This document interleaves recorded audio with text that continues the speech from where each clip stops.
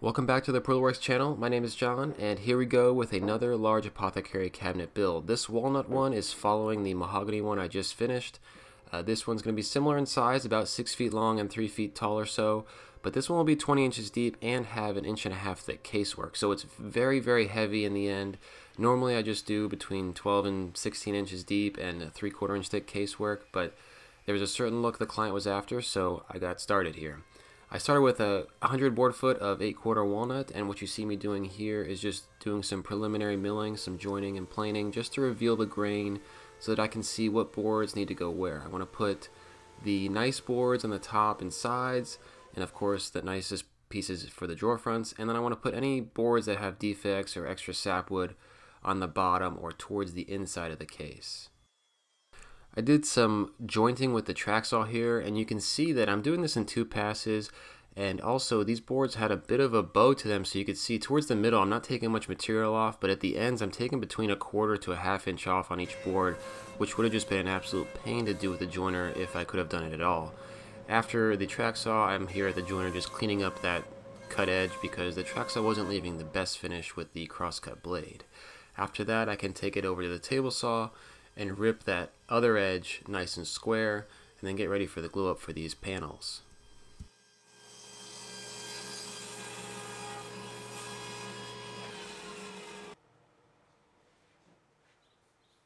And what do we have here? Alright, so I finally caved and I bought a Festool Domino. This is the DF700, which is the Domino XL. And I bought this mostly for this project specifically, but I also had some other larger projects in mind that I knew it would come in handy with. And one of the main reasons I wanted it was the option to cut loose mortises so that you had a little bit of wiggle room when you're assembling your pieces. So on a project like this, I'm putting, a case together with a bunch of dividers. There's a lot of things going together at once, and the option to kind of have your vertical pieces slide back and forth about 1/8 of an inch is pretty attractive and gives you a little bit of leeway when you're gluing up your pieces.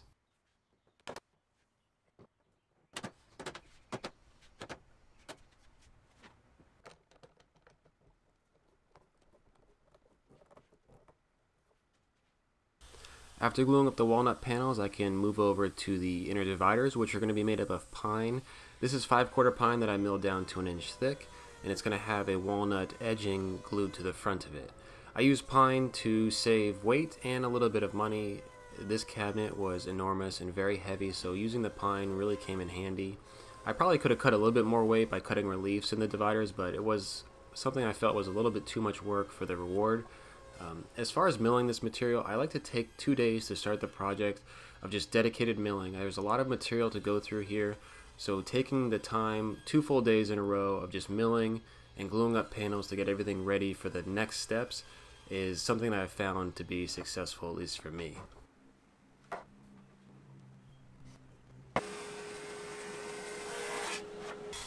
I already showed you the Domino XL, which I'll show again later for the joinery of the case, but I also got some other tools, and one of those is the TSO Products Parallel Guide System, which is what these blue rails are connected to the track saw. These allow you to make parallel cuts on panels, as you see here. They have little stops on each piece, which allow you to make repeatable cuts on multiple pieces in a row. Now this piece right here is one of the sides, which would be easy to throw through the table saw, but a piece like this, which is the bottom I believe, is a lot more cumbersome and difficult to throw through the table saw. At least in my case, I usually get burning. Sometimes the blade will dig into the side and leave a little bit of a divot that's hard to fix. So it's easier to take the tool to the workpiece, especially when these pieces weigh about 45 pounds each. And now in my head, 45 pounds doesn't sound like that much, but when it's stretched over a 6 foot by 20 inch piece of wood, it starts to spread out and feel heavier than it really is.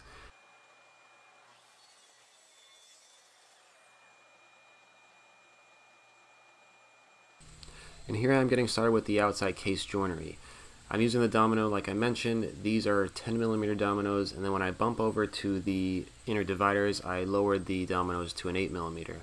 I just spaced these out evenly along the edge of the board using the pin system on the domino fence. I probably could have used less dominoes, but this, for me at least, was the quickest way to do it using that pin system.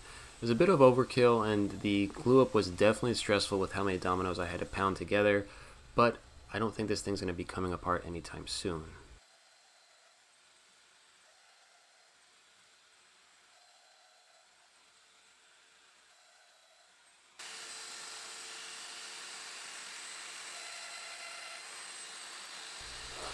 The joinery for the dividers is a little bit more complicated as far as spacing them all out evenly.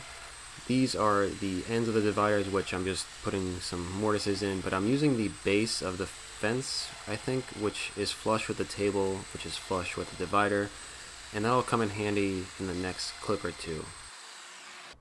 I'll start from one side of the cabinet and work my way out, as opposed to starting from either side and working my way towards the middle. That could leave me with too small or too large of a drawer cavity. I'll put a spacer up against the side and clamp down a straight edge. This spacer is equal to one drawer width, 9 inches, plus the thickness of a divider, which is 1 inch. So we have a 10-inch spacer, and I clamp down my straight edge. Then I'll flip the domino upright and put the base of that fence up against the straight edge, and that will sort of work its way out so that the dividers that I made earlier will sit flush with that straight edge, and I can keep working my way out with each divider. There were 6 dividers total, so I had to do this 6 times for each panel for a total of 12 times.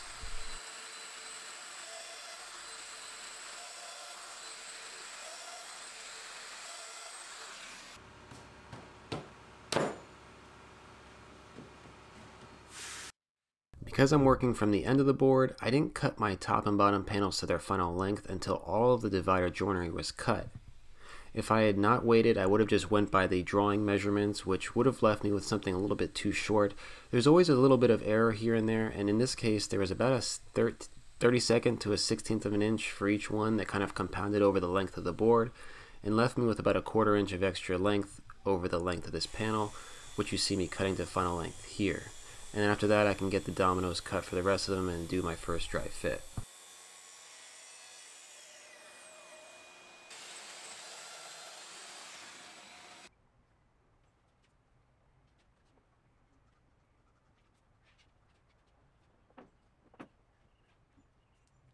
Moving on to the dados, I've shown this jig in the past. What this jig allows me to do is cut dados on both sides of the board lined up perfectly. For this piece right here, it only needs dados on one side, so the jig is not necessarily showing its full potential here, but I'll show that a little bit later. The board slips into the jig, and then I have 2 slots that accept a router bit. In this case, I switched to a pattern bit instead of using a guide bushing. This worked out perfectly, and it gives me the exact width dado that I need for the dividers to install later on.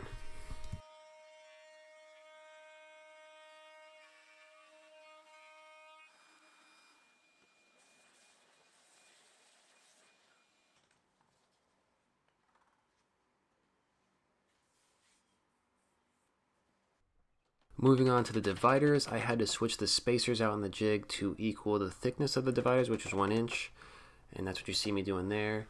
I slip the divider in and I start routing the grooves. This is the 2 grooves on the first side of the board, and then you'll see me flip the jig.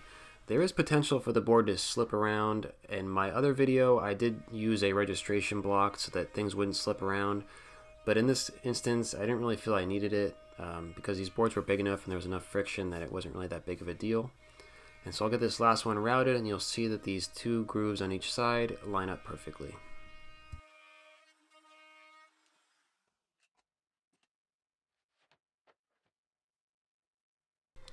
I used a rabbiting bit to route a rabbet in the back of the case pieces. These side pieces got through rabbets, whereas the top and bottom got stopped rabbets, and then I just cleaned up the corners after the piece was glued up.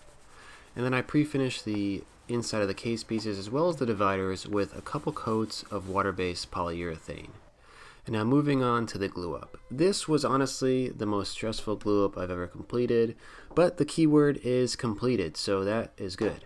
There's a lot of dominoes here, and some of them were a lot more snug than I was hoping. I was hoping that the epoxy that I used was going to lubricate these joints, but it really didn't do as much as I was hoping. The dividers here went in simply. It was not much of an issue getting these together, but the hard part is getting the top piece on and lining everything up. It's sort of like a whack-a-mole thing. And I did use pocket hole screws again towards the middle of the boards, and those are my clamps for the middle because I don't have clamps that would reach there, and setting up cauls for all of these joints would be too much work to do by myself. So you see me getting the dominoes installed for the top pieces and then putting this top panel on. I'm going to skip showing how long it took me to get all these things lined up, but I eventually got everything somewhat seated, and then I started putting the clamps on. I used a series of pipe clamps towards the outside pieces, and I used those large 48-inch parallel clamps on the front and back of the case. With the case glued together, I could try to move it for the first time, and you can see me struggle with that. I had to move this thing a bunch of times throughout this project, and I try to do it as few times as possible, but there's sometimes I just had to move it to get to the top or bottom of it to get some sanding done, but it wasn't too bad once I committed to actually doing it. And here you can see me getting the short dividers glued into those dados, and once again I'm using a slow setting epoxy, using a paintbrush to kind of paint that on there, and I try to put more of it towards the front of the cabinet, knowing that when I put these dividers in, it'll start to push that epoxy towards the back. So I try to put a liberal amount towards the front and hoping that it gets pushed towards the back. And you know, it's just the nature of the beast that some of these fit really snug and some of them fit somewhat loose. You can see I'm installing this one with just odd looking hand pressure. But most of them required some mallet hits. This one was sort of the oddball of the bunch.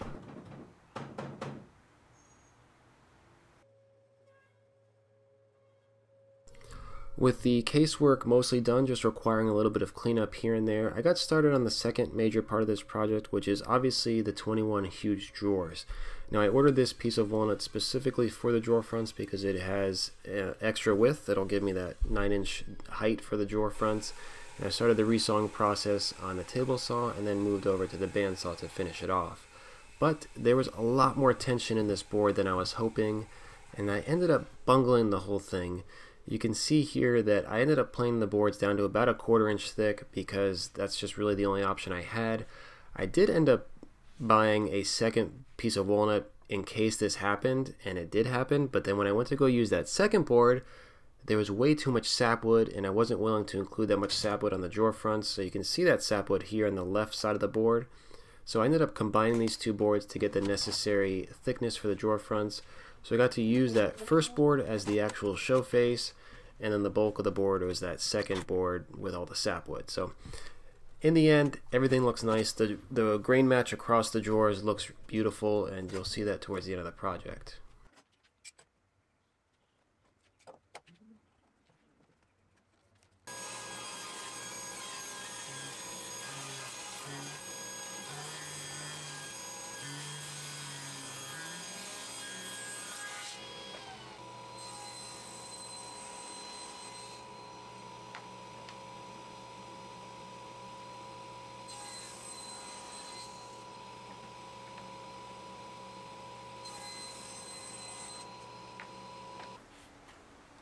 Just because I got a domino doesn't mean I forgot about my trusty Dalmax jig. This was a little side project I did on AutoCAD and Fusion 360, and then I cut out all the recesses in the Kaizen foam with the CNC router. And that way I can organize my Dalmax nicely in that Makita sustainer. Anyways, I used the Dalmax for all of the drawer joinery, and there was about 880 holes I think to drill. 440 on the side pieces and 440 on the front and back pieces. Now I usually do my half blind lock joint, but I just wanted something a little bit more sturdy because these drawers were about 19 to 20 inches deep. And you can see me using the new workbench that I made with this ratchet clamp in the dog holes, and that ended up working out nicely, even though this was one of the most labor intensive, boring processes I've ever done. It took me about a full day just to get all of the dowel holes drilled for these drawers.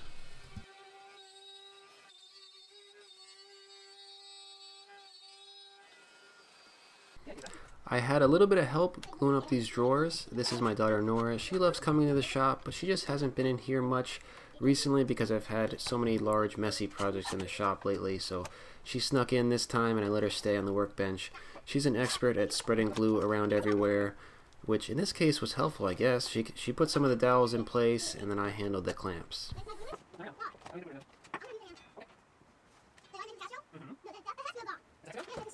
Now these drawers don't fit perfectly right off the clamp, and that's by design. I don't want these to be too loose, so I start to fit them. I usually use a hand plane to clean up the edges, but I started doing this on the last project. I make a plunge cut on the joiner, and I make sure not to get the drawer front right away because I don't want the reveal to be messed up. So I'll get the bottom of this drawer trimmed down so that it fits in the cavity, and then I'll flush up the top and bottom of the drawer front by hand.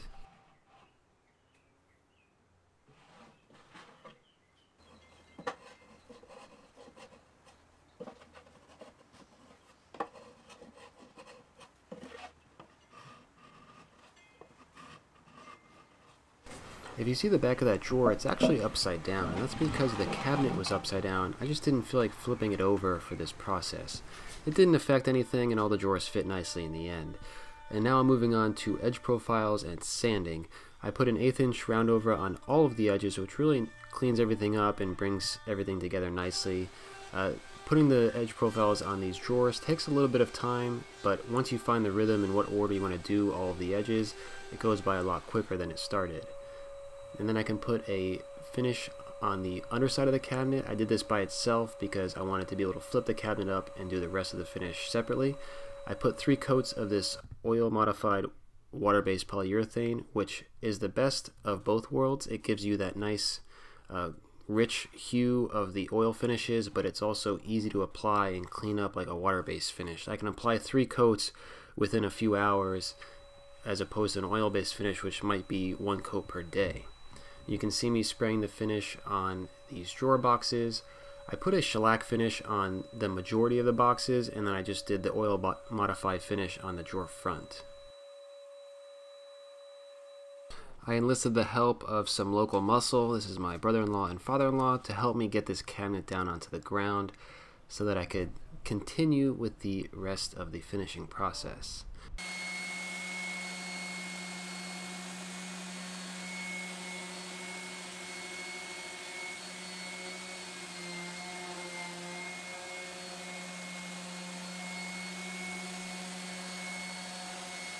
In the past, I've been hesitant to use spray finishes just because I wasn't sure if I'd be good at it or if I had the right setup in my shop with how small it is.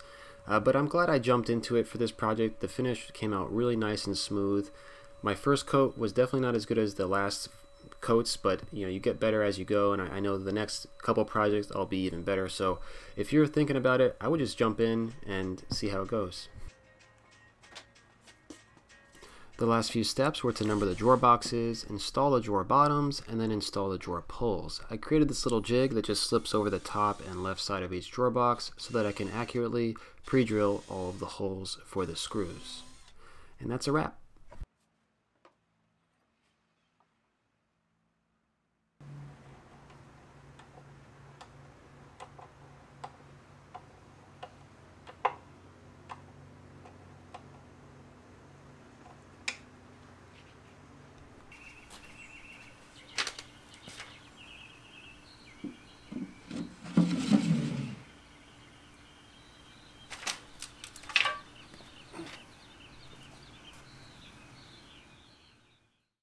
If you've made it this far in the video, thank you for watching. This was a lot of fun to build. It was very labor intensive and very heavy, but in the end, it was worth it. If you want a custom apothecary cabinet like this, shoot me an email. This is kind of what I do nowadays. I really enjoy building these.